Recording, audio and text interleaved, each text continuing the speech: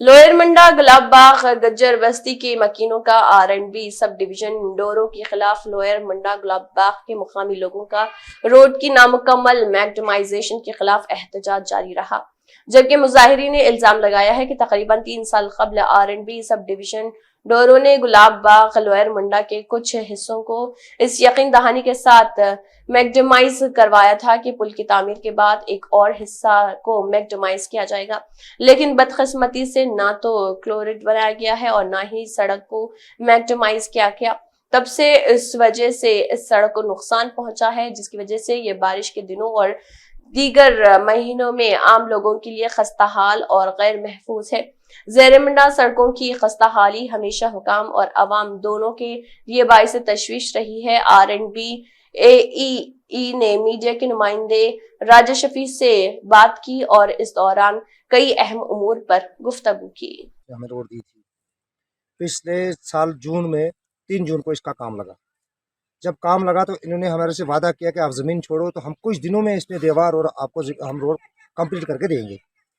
चलते चलते कुछ काम किया इन्होंने तो पूरा नहीं किया, कुछ ही काम किया तो नवंबर हो गया, नवंबर दिसंबर में बंद कर दिया सर काम। फिर कुछ दिन पहले इन्होंने यहाँ फिर मशीनें लगाई और फिर आपने खुद देखा कि कितना पस्सी और बर्बाद रास्ता। हमारे बच्चे जब भी जाते हैं स्कूल उनका यूनिफॉर्म किसी का भी ठीक नहीं होता। शाम को आते हैं तो फिर धोना पड़ता है, सवेरे धो के यहाँ से जाते हैं तो फिर बच्चों को वहाँ मार पड़ती है। गुज्जर समझ लेंगे ये पुराने गुज्जर हैं। मगर मैं बताऊँ और मोदी साहब को भी बोलते हैं, रिक्वेस्ट करते हैं सब बस्ती हमारी कि सर हमारे साथ इंसाफ होना चाहिए। अगर आप रोड हमें पैसे दे रहे हो तो हमारे साथ यही नाइंसाफी है। आप खुद देख रहे हैं कि कितनी नाइंसाफी है सर, इससे ऊपर में क्या बोलो, आपने खुद देखा। बाकी तो उस वक्त सबका यही कहना था कि ये आपको 6 महीने या साल के अंदर कंप्लीट करके देंगे।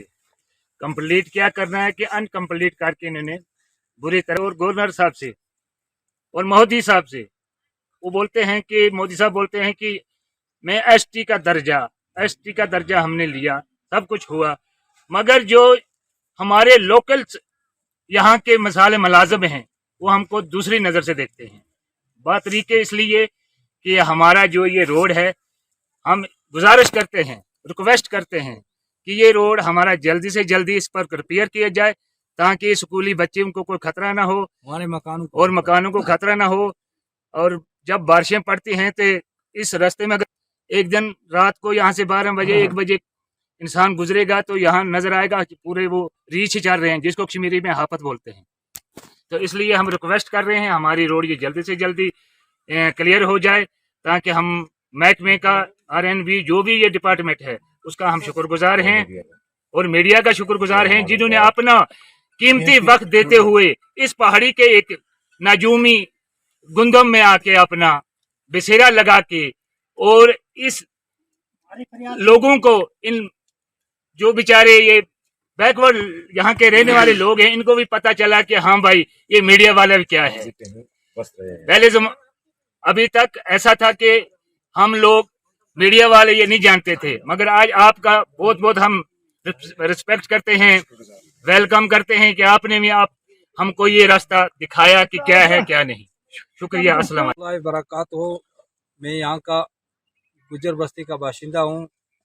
तो जब पिछले साल 2022 में यहाँ रोड के लिए बिल्डोजर आए तो हमने बोला कि शायद रोड बन रही है हमारी, तो वहाँ में हमारे मकानों में भी डैमेज आया। बिल्डोजरों ने पस्सियाँ बनाई, हमें ये पता नहीं था कि 35 यहाँ बनेंगे। ये अब हमें ये देखना है कि हमारे मकान भी अब 35 में जा रहे हैं। हमें ये देखना है कि हमारे बच्चे जो हैं, हमारे बूढ़े जो हैं, बुजुर्ग जो हैं, प्रेग्नेंट औरतें जो हैं हमारी, वो उनको चारपाइयों में भी लाने की कोई सूरत औकात नहीं रही।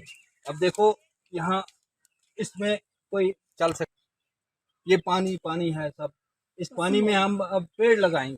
इसी तरह से एक ही बार बुलडोजर लगाइए, बहुत सारे बुलडोजर आए हैं कश्मीर में, लगाइए और बस्ती को उठा लीजिए। जो ये मसला आपने ये बात उठाई डिपार्टमेंट से, जी, तो क्या बोला डिपार्टमेंट ने? क्या बोला डिपार्टमेंट वाले? हमें गुज्जर समझ के, हमें बैकवर्ड समझ के, हमें हमारे साथ नाइंसाफी करते हैं। बिल्कुल नाइंसाफी है।